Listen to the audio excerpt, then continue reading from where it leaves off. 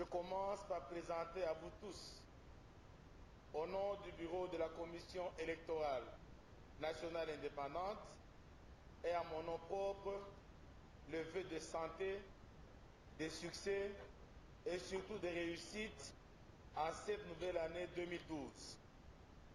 Que chaque cadre et agent de la CENI reçoive mes remerciements et mes félicitations pour avoir tenu comme une seule personne à ne plus plonger notre pays dans la crise de légitimité et le vide constitutionnel en organisant dans le délai constitutionnel les élections combinées présidentielles et législatives nationales du 28 novembre 2011.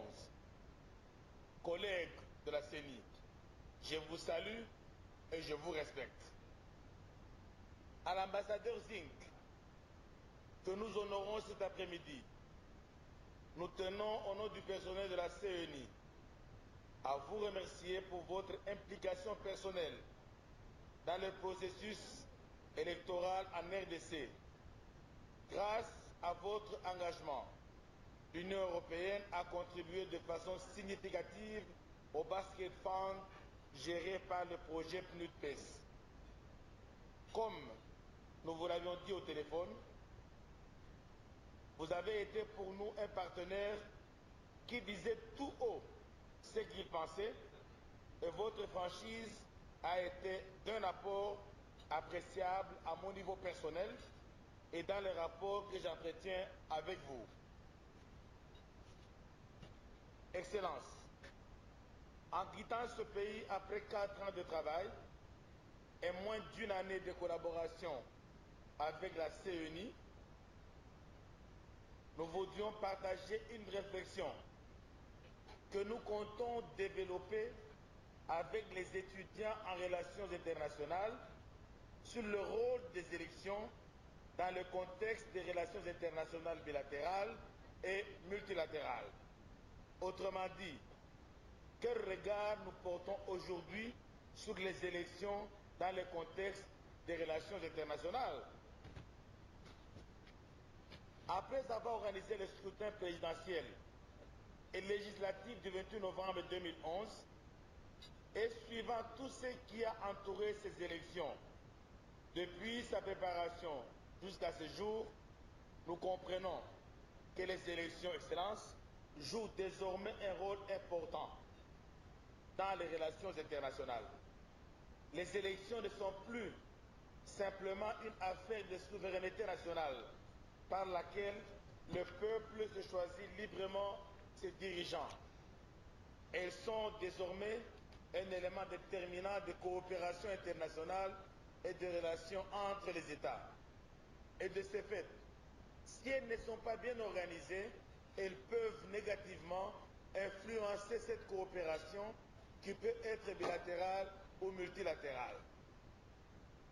Il est clairement établi que les relations internationales ne peuvent plus ignorer les élections qui sont devenues un élément clé qui caractérise, qui qualifie et qui définit les relations entre les États. Les élections sont devenues, Excellence, essentiellement un instrument qui aide la communauté internationale à définir ses relations et son attitude avec l'État concerné et de définir quel type de coopération et d'assistance il faut apporter à ce dernier. Les élections peuvent ou pas être financées par la communauté internationale, elles sont désormais un bâton de mesure de cette dernière. La présence effective de la communauté internationale est marquée par l'envoi des observateurs internationaux. Comme vous le savez, Excellence, une mission d'observation électorale suivant le standard international est de deux types. Une observation en mandat permanent qui observe tout le processus pré- et post-électoral et une observation dite ponctuelle ou à court terme qui se limite aux jours de vote et de dépouillement, éventuellement dans le cas de la République du Congo jusqu'à la compilation. Dans le cas de la mission à mandat permanent, Les observations préliminaires, soient-elles, devraient prendre en compte toutes les étapes du processus observé avant de tirer une conclusion généralement quelconque et de surcroît lorsqu'il s'agit d'un scrutin couplé ou combiné comme cela a été le 28 novembre 2011. Agir autrement peut laisser penser à tout observateur avisé que les types des rapports répondent à un agenda caché. Ainsi, le rôle de l'observation internationale est très important, non pas seulement pour l'administration électorale, mais aussi pour l'avenir de tout un pays et surtout pour les futures relations entre le pays mandant et les dirigeants élus. Par conséquent, la mission d'observation doit être consciente de son rôle dans le concert des nations et surtout dans la stabilité et la consolidation de la paix de l'État concerné ou observé. Sa neutralité absolue vis-à-vis de l'administration électorale, des partis politiques et des candidats en compétition doit être exigée par la communauté internationale comme gage de justice et d'équité et surtout comme code de bonne conduite pendant l'observation. De même, une observation fût-elle temporaire ou un mandat non permanent doit impérativement tenir compte du contexte sociopolitique de l'État dans lequel l'administration électorale a organisé ou s'efforce d'organiser les élections sujettes aux critères d'observation suivant le standard international. Le financement des organisations internationales qui se spécialisent dans l'observation électorale doit intéresser au plus fort la communauté internationale. Car, Excellence, il y a un adage qui dit « Dis-moi qui te finance, je te dirai le but et les objectifs que tu poursuis ». S'il y a une leçon que les gouvernants et spécialistes des relations internationales doivent apprendre et approfondir, c'est que la notion d'ingérence, je répète, la notion d'ingérence dans les affaires intérieures d'un État disparaît quand il s'agit des élections dans les pays qui survivent grâce à l'aide bilatérale et surtout qui dépendent des programmes de la Banque mondiale et du Fonds monétaire international. Professeurs, étudiants et chercheurs en relations internationales sont encouragés, suite à notre deuxième expérience électorale, à étudier et définir le rôle des élections et le restreindre avec les attributs de souveraineté, la loi, la Constitution, etc., tout en préservant les bénéfices et exigences de l'acceptation d'un État dans la communauté internationale. Excellence, à la veille de votre départ de notre pays, la République démocratique du Congo, nous voudrions partager avec vous une question qui dérange et qui fâche, que tous nous devons combattre et dénoncer au même titre que la corruption. Excellence, je ne voulais pas que vous partiez sans que je la soulève. C'est une question éthique qui est sensible, mais que nous sommes décidés de partager avec vous ce jour. Cette question met quotidiennement en danger l'avenir de ce pays et de sa culture politique. Il s'agit de l'usage du mensonge et de la violence comme arme de compétition par les acteurs politiques congolais. Dans beaucoup de pays, les acteurs politiques se réservent de mentir, surtout quand il s'agit des affaires publiques ou des questions qui engagent tout un État ou qui peuvent affecter les relations bilatérales. Car une fois le mensonge avéré, ce dernier peut être contraint à la démission et ne sera plus qualifié à exercer un mandat public.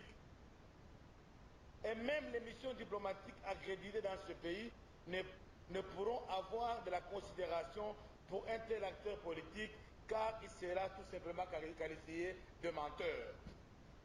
Tel n'est malheureusement pas le cas en République démocratique du Congo. La communauté internationale aiderait les Congolais en dénonçant le mensonge politique au lieu de l'atténuer en l'appelant rumeur ou à le taire au nom de la courtoisie diplomatique. Nous savons qu'il y a un dilemme que la communauté internationale doit affronter. Et ces questions sont: comment se mettre à l'écoute de tous les politiciens congolais, toutes tendances confondues, et ne pas se nourrir de mensonges et les communiquer dans les capitales occidentales? Comment corriger un mensonge découvert avec retard? Quelle serait une nouvelle relation avec un acteur politique qui vous a menti et qui a désorienté toute une nation? C'est malheureusement le cas depuis un certain temps et un certain nombre d'années dans notre pays, car trop de mensonges sont déjà déversés auprès de la communauté internationale par les fils et les filles de ce pays, toutes tendances politiques confondues. Il devient très difficile de restaurer la vérité, surtout quand les intérêts des uns et des autres sont en jeu, et surtout à cette période électorale. Comme nous nous embarquons dans l'étape de la consolidation de la démocratie et de l'état de droit, et tous les ministres de Dieu à combattre par leur enseignement ce fléau qui ronge et détruit notre pays de l'intérieur comme de l'extérieur, que j'appelle les mensonges chez certains politiciens congolais.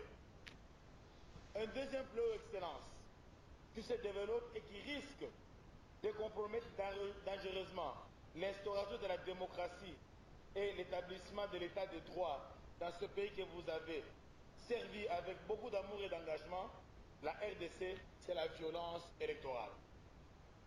Le silence dans tous les milieux politiques et diplomatiques, et même religieux, des actes de violence provoqués par les acteurs politiques qui ont émaillé les élections couplées du 28 novembre 2011 inquiètent tout observateur épris de justice et de paix, soucieux de voir émerger au cœur de l'Afrique un état de droit et démocratique. C'est ici qu'il y a lieu de poser la question de la sécurité juridique du processus électoral en République démocratique du Congo. Le renforcement du système judiciaire, de l'éducation civique et de l'éthique dans nos institutions d'enseignement à tous les niveaux va être un outil nécessaire de purification de l'environnement politique congolais. Ceci doit être la priorité du ministère de l'enseignement à tous les niveaux. Pour terminer ma réflexion, Excellence, je voudrais vous assurer que nous avons pris au sérieux quelques remarques contenues dans le rapport de la mission d'observation de l'Union européenne, bien que ce rapport ne nous ait jamais été transmis officiellement. C'est par la voie des médias que nous l'avions découvert comme tout le monde. Excellence, il y a certes des choses à vous dire, mais nous le ferons lors de la session d'évaluation et nous vous enverrons ce rapport. Immédiatement, nous avons pris des décisions pour corriger ce qui était urgent pour la suite des élections et surtout pour la crédibilisation des résultats des élections législatives. À moyen terme, une évaluation, comme je l'ai dit, générale sera organisée suivant les remarques des missions d'observation après publication des résultats des élections législatives nationales avant de nous engager dans les élections législatives provinciales. Nous remercions l'Union européenne pour sa contribution financière au Basket Fund, géré par le projet PNUD-PES. Et nous voulons vous assurer de notre détermination d'organiser toutes les élections prévues dans notre calendrier. Parce que ça a toujours été votre combat de nous voir faire les municipales et les élections locales. Nous vous promettons que c'est notre engagement et nous vous inviterons à venir nous observer quand on le fera, parce que ça a été votre souci. Excellence, bonne chance dans vos nouvelles fonctions. Bon voyage et vous à Bamako. J'espère que je viendrai vous saluer là-bas et que nous venons tous jeudi et je vous remercie, Excellence.